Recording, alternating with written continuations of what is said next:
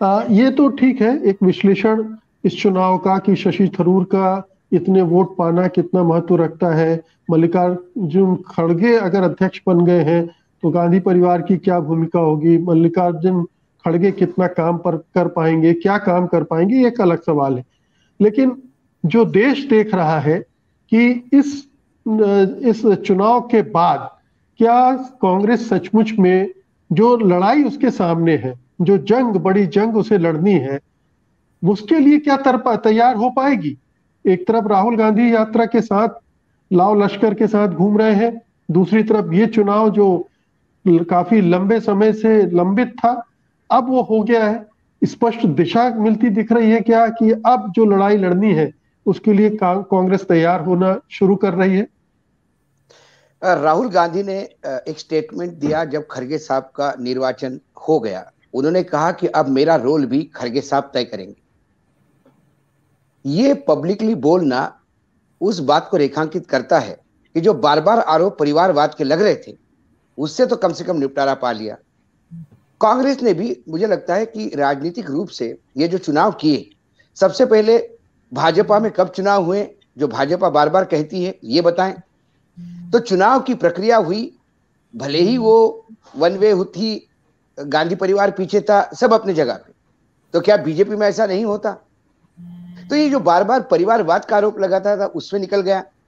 दूसरी जो अहम बात है कि प्रधानमंत्री नरेंद्र मोदी का गरीब बैकग्राउंड से होना, उनका चाय बेचना, उनकी माँ दूसरे के घर में काम कर रही थी, ये जो एक मार्केटिंग होता है, इमोशनल मार्केटिंग हमारे यहाँ, जब हमारे आजकल नेता भाषण बात करते हैं और जब अपने बारे में बोलते हैं तो मुझे वो दक्षिण भारतीय फिल्में याद आती है जहां हीरोइन मरने के बाद पूरी अंतिम यात्रा और उसको अग्नि देने तक का पूरा 15 मिनट का एक सीक्वेंस होता है और लोग रो रो के परेशान हो जाते थिएटर में कि मेरी माँ लोगों के घर में काम कर रही थी। तो हमारे कांग्रेस भी कह सकती कि हमारे पास ऐसा नेता है कि जो 9 साल का था तो जिसकी माँ निजाम के फौजों के साथ लड़ते हुए उसका घर जल गया, वो जल के मृत्यु हो गई।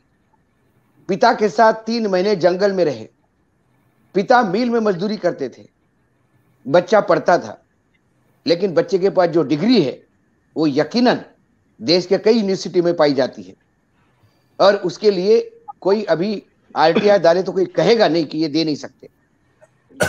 वो वकील बने, वकील बनने के बाद पहले दलित वकील बने, बनने के बाद यूनियन लीडर बने और यूनियन लीडर बनने के बाद उन्हें कांग्रेस की नजर गई और धर्म सिंह उनको कांग्रेस में ले आए।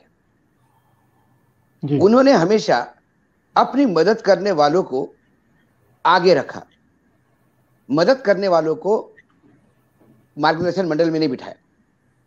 जब उन्हें मुख्यमंत्री बनने का समय आया था तो उन्होंने धर्म सिंह का नाम आगे किया, क्योंकि वही धर्म सिंह थे जिन्होंने वो राजनीति में ले आए थे खरगे साहब को। तो ऐसे कई पॉजिटिव पॉइंट है जिसका मार्केटिंग कांग्रेस अच्छी तरह से कर सकती है, क्योंकि मार्केटिंग का जमाना है।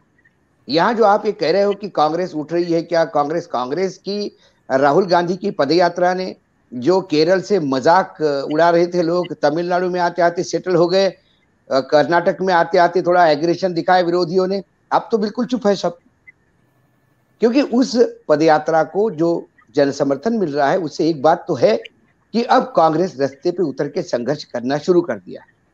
राहुल गांधी जो कांग्रेस के प्रिंस माने जाते थे, उनके ऊपर पप्पू का जो टैग था वो धुल गया।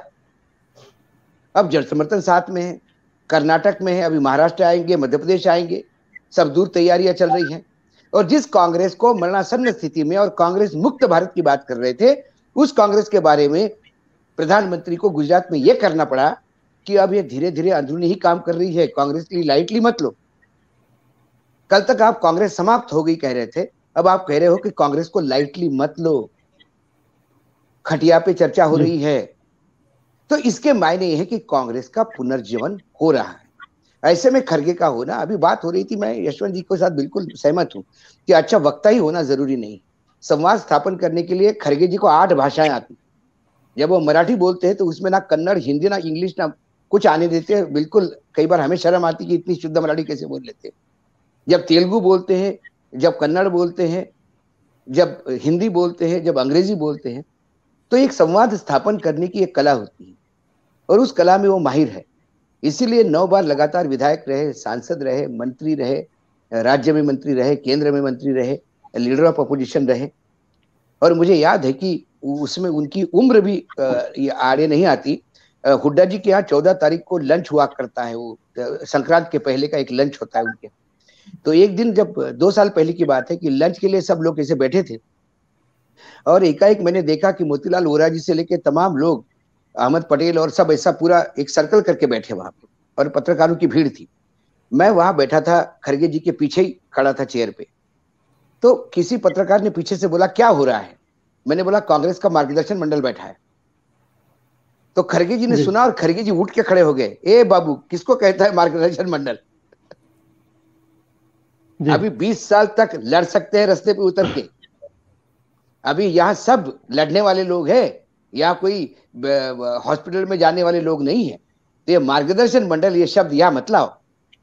ये खड़गे जी का 2 साल पहले का जो स्पॉन्टेनियस रिएक्शन था उनका चेयर से उठ के। तो ये तमाम बातें बताती है कि ये इलेक्शन कहीं ना कहीं एक पॉजिटिव हो गया है।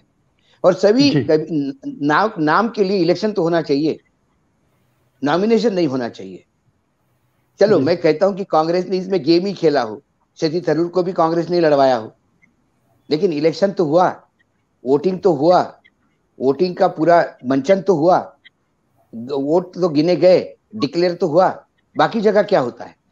ये तय होता है कि ये अध्यक्ष हो गए हैं, अब एक्सटेंशन मिल गया है, किसने दिया एक्सटेंशन, किन अध्यक्षों ने बात की, कहां रिजोल्यूशन पास हुआ, लेकिन एक्सटेंशन मिल गया। तो ये जो बार बार आरोप लगता था, तो वो उन आरोपों से कांग्रेस निजात पाएगी। और कहीं ना कहीं ये पॉजिटिवनेस, जब विरोधी आपकी दखल लेना शुरू करे तो समझ लेना कि आपने आग पकड़ना शुरू कर दी।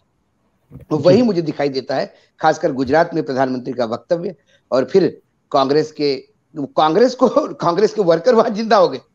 जब प्रधानमंत्री जी ने कहा कि अंदरूनी काम हो रहा है, तो बोले नहीं नहीं, हमको काम करना है, क्योंकि अब हमको लगता है कि हमारी स्थिति ठीक ठाक हो रही है। तो ये तमाम चीजें मुझे लगता है ये पॉजिटिव है। इसमें यदि हम ये सोचे कि खड़गे आने के बाद कल राहुल गांधी को पार्टी से निकाल देंगे और सोनिया गांधी को कहेंगे कि आप मार्गदर्शन मंडल में निकालो, और फिर वो अपनी पूरी वर्किंग कमेटी लेके आएंगे, अपने ऑफिशियल बियर निकालेंगे, ये बिल्कुल नहीं होगा। ये बिल्कुल तो पता है, उनको पता है, पूरा देश जानता है कि गांधी परिवार के बिना कांग्रेस का काम नहीं चलने वाला है। जैसे नरेंद्र मोदी कितना भी चाहे, बीजेपी में जनरल सेक्रेटरी ऑर्गेनाइजेशन ये संघ से डेपुटेशन पे ही आता है जी, उनके चाहने ना चाहने से कुछ नहीं होता।